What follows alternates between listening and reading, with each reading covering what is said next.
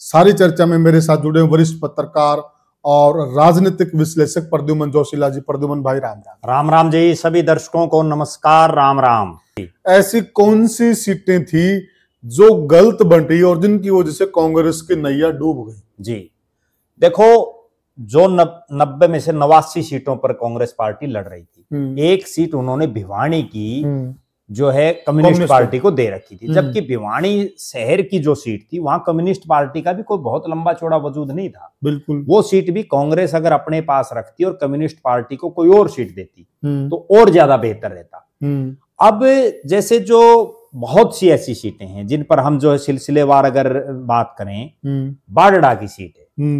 बारडा में सोमवीर सिंह शोराण को टिकट देने का क्या तुक है, जिनका बारडा से कोई लेना देना ही नहीं। वो तो लोहारू में भी लगातार 3 बार हार चुके थे, उसके बावजूद उनको दे दी। और लोकसभा में बारडा से कांग्रेस पार्टी का कैंडिडेट बड़े भारी अंतर से जीता। बिल्कुल सही कहा। और यहाँ वो बुरी हार हुई है। इसके अलावा जुलाना में भले ही विनेश फोगाट चुनाव जीत गई, लेकिन जुलाना में विनेश फोगाट ने ऐसा क्या कांग्रेस के लिए किया था कि उनको टिकट देने की जरूरत थी जी। वहां 80 आदमी और टिकट मांग रहे थे। सही कहा। अब वो लोग कहां जाएंगे? कितनी गंभीर बात है। इसी से तो कार्यकर्ता का और नेता का एक जो उसका मोरल है वो डाउन होता है।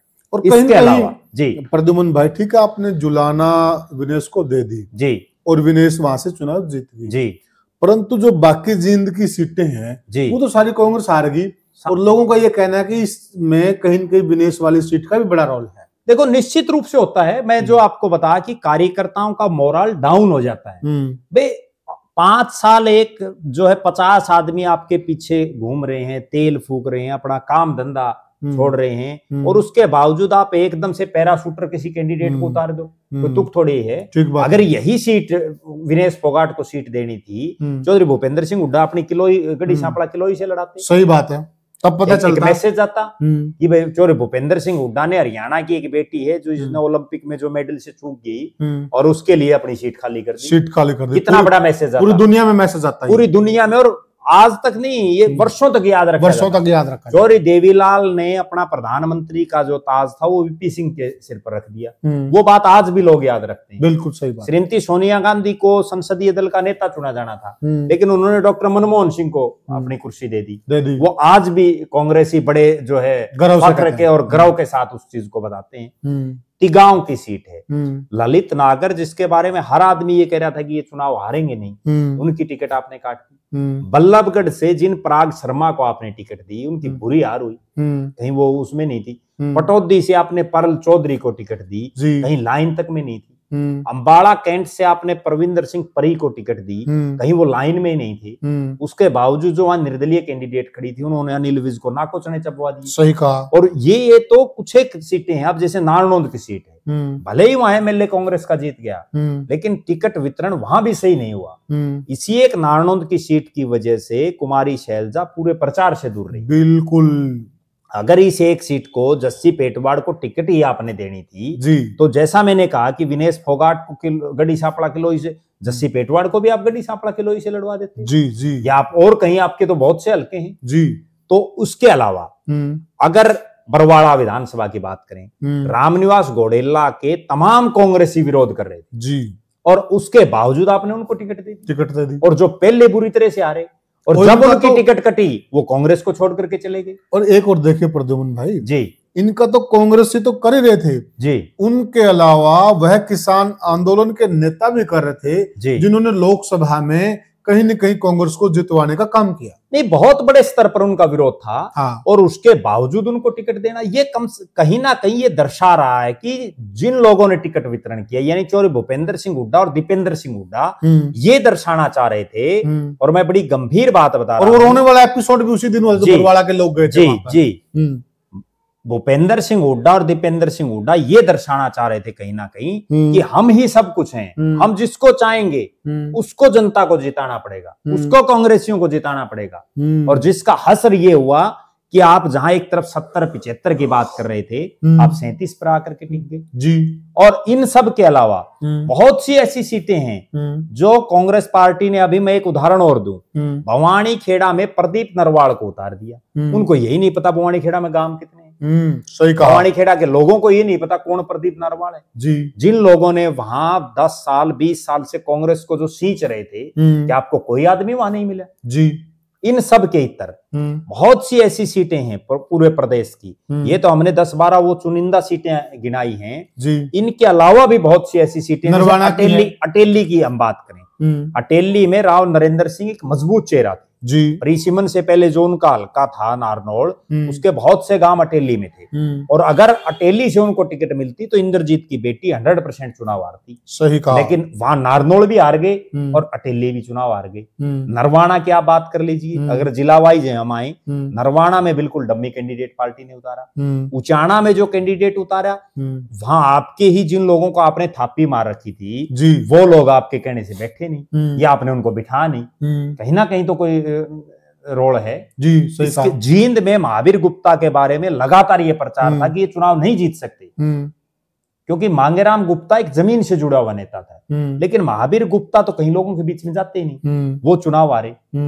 सफीदों से आप ले लीजिए, सफीदों में जब ये पता है कि एक देशवाल साहब पहले निर्दलीय खड़े हैं, पिछली बार भी क्यों सुभाष गांगुली जीते, उसका कारण क्या था कि जसबीर देशवाल ने पिछली बार चुनाव नहीं लड़ा, वो मजबूत देशवाल अकेले रह गए, इसलिए वो चुनाव जीत गए। जैसे ही 2 देशवाल आए चुनाव हार गए। तो कहीं ना जातीय फैक्टर आपने बैठाई, ना आपने भौगोलिक फैक्टर बैठाई, ना आपने अपने कैडर के नेताओं को वो टिकट दी, क्योंकि ये जो बहुत सी सीटें, अब इनके अलावा आप आ जाइए, रानिया की सीट है। रानिया में कांग्रेस पार्टी लगातार कंबोज बिरादरी से प्रत्याशी उतार रही है। पिछली बार विनीत कंबोज थे, वो चुनाव हार गए।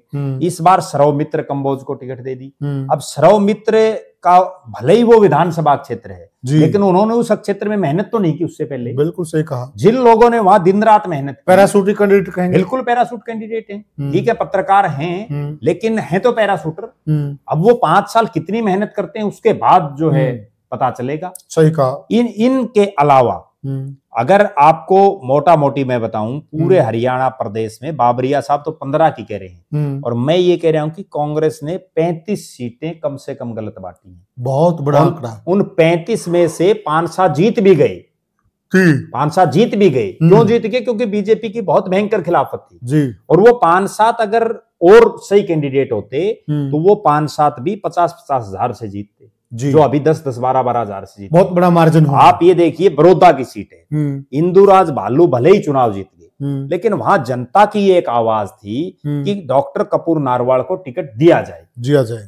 अब और गंभीर मैं बात बताऊं, बहादुरगढ़ की सीट है, राजेंद्र सिंह जून के बारे में सबको ये पता था कि ये चुनाव नहीं जीत सकते, और पिछली बार राजेश जून ने भी इंडिपेंडेंट लड़ने की तैयारी की थी। एक बड़ी गंभीर बात मैं दर्शकों को बताऊं, वहां भी यही सेम मामला जो सफीदों में हुआ, राजेंद्र जून और राजेश जून और जो दिनेश कौशिक है, तीनों का एक ही गांव है, एक ही गांव है तीनों कैंडिडेट। अच्छा। 2014 में 3 कैंडिडेट एक गांव के थे, वहां लोहा माजरा गांव।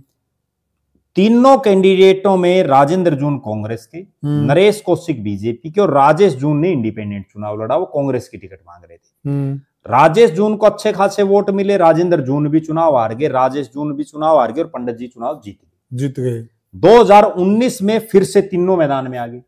राजेश जून को मना लिया भूपेंद्र सिंह हुड्डा और दीपेंद्र सिंह हुड्डा ने, और ये कह के बना लिया कि अगला चुनाव आपको लड़ाएंगे। पूरा बहादुरगढ़ इस चीज का गवाह है, पूरा बहादुरगढ़ बोल रहा है। तो राजेश जून ने चुनाव नहीं लड़ा, राजेंद्र सिंह जून जीत गए, पंडित जी हार गए चुनाव। इस बार फिर वही सीन हो गया 2014 वाला, राजेश जून भी खड़े हो गए, राजेंद्र जून जो है कांग्रेस की टिकट पर फिर आ गए, और इस बार नरेश कौशिक की जगह उनके भाई दिनेश कौशिक आ गए। इस बार राजेश जून ने ऐसा इतिहास बना दिया कि वो ज्यादातर वार्डों, 31 तो वार्ड है बहादुरगढ़ में और 31 गांव है बहादुरगढ़ हल्के में, वो ज्यादातर गांव और ज्यादातर वार्डों में जीत गए और बुरी तरह से हार गए। और जिनके लिए भूपेंद्र सिंह हुड्डा और दीपेंद्र सिंह हुड्डा ने पूरा जोर लगाया राजेंद्र जून को जिताने के लिए, वो टिकट भी गलत थी। जगबीर मलिक जिनसे ठीक से चला तक नहीं जा रहा, इतने बुजुर्ग हो चुके हैं, उनको टिकट देना क्या तू गोहाना से। जयबीर वाल्मीकि के बारे में पूरा विधानसभा क्षेत्र किलकी मार रहा है कि ये चुनाव नहीं जीत सकते, आपने फिर उनको टिकट दे दी। कुलदीप शर्मा के बारे में पूरा हल्का बोल रहा है, फिर आपने उनको टिकट दे दी।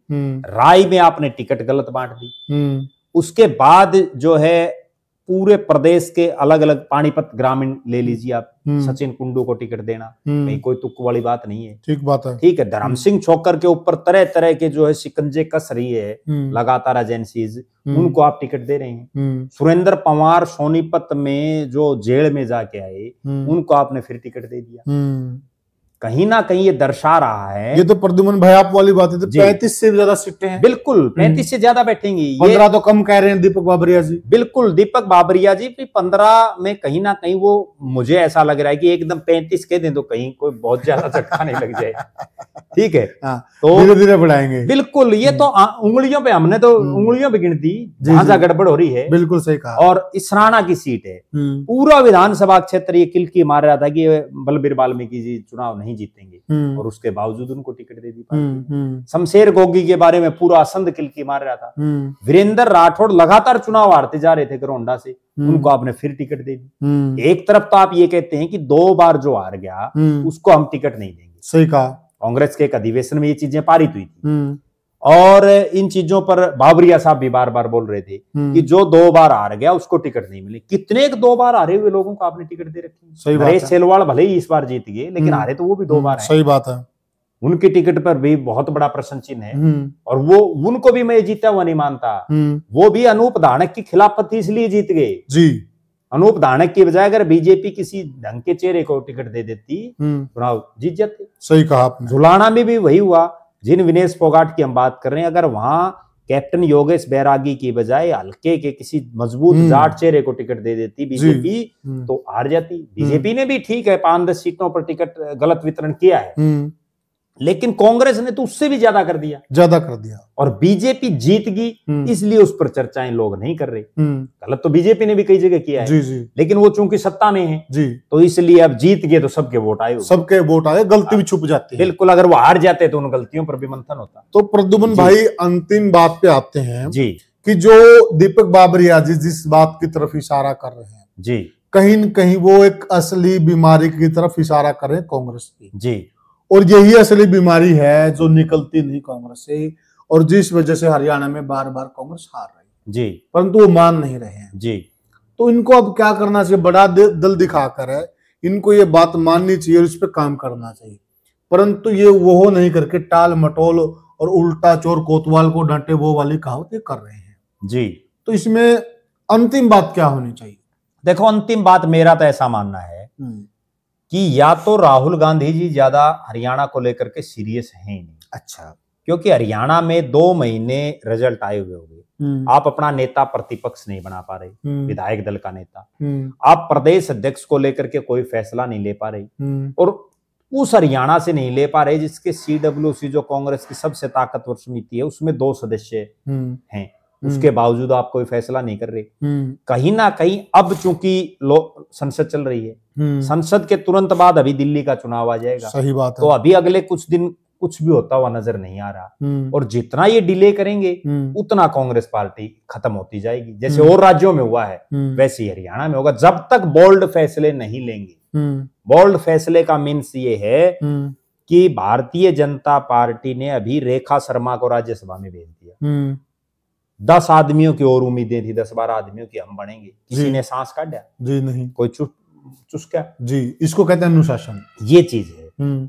मनोहर लाल खट्टर जी की एक पहले दिन तारीफ करते हैं मोदी जी, अगले दिन उनकी कुर्सी छीन लेते हैं। नायब सिंह सैनी को बना दिया। जो बड़े बड़े धुरंधर थे, तुर्रम खान थे, कोई बोल रहा हो तो बताओ क्यों? क्योंकि वो फैसले ले लेते हैं, गलत होगा ठीक होगा वो तो आगे भविष्य बताएगा जी। अब कांग्रेस कोई फैसला ही नहीं ले पा रही, तो गलत और सही का तो कहीं कोई मायना बचता ही नहीं जी। जब तक राहुल गांधी जी और कांग्रेस का शीर्ष नेतृत्व मल्लिकार्जुन खड़गे कोई मजबूत फैसला नहीं लेंगे, आपको जिसको बनाना उसको बनाइए। देखो, एक बड़ी गजब बात मैं बताऊं, चुनाव आप हुड्डा साहब को, उदय भान जी को, शैलजा जी को, सबको पावर आपने देख ली ना, आप शैलजा जी के नेतृत्व में जीते, ठीक है, 2019 में लड़े आपने ना, आप हुड्डा साहब के, उदय भान जी के नेतृत्व में लड़े।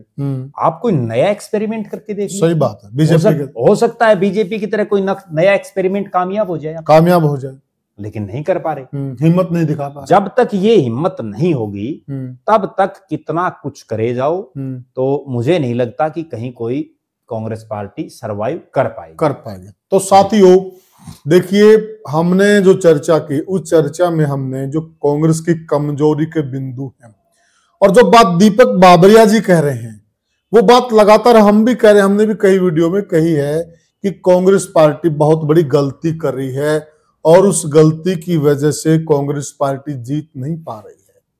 और अगर यही गलती लगातार कांग्रेस करती रही भविष्य में भी दांव लगने वाला नहीं है। आप क्या कहते हैं, आपकी क्या विचार हैं, हमें कमेंट सेक्शन में जरूर बताइएगा। और जो दीपक बाबरिया जी ने बात कही आप उससे कितने सहमत हैं हमें वह भी बताइएगा। तो साथियों फिर मिलेंगे, हम किसी और मुद्दे पर चर्चा करेंगे। तब तक के लिए साथियों राम राम। राम राम।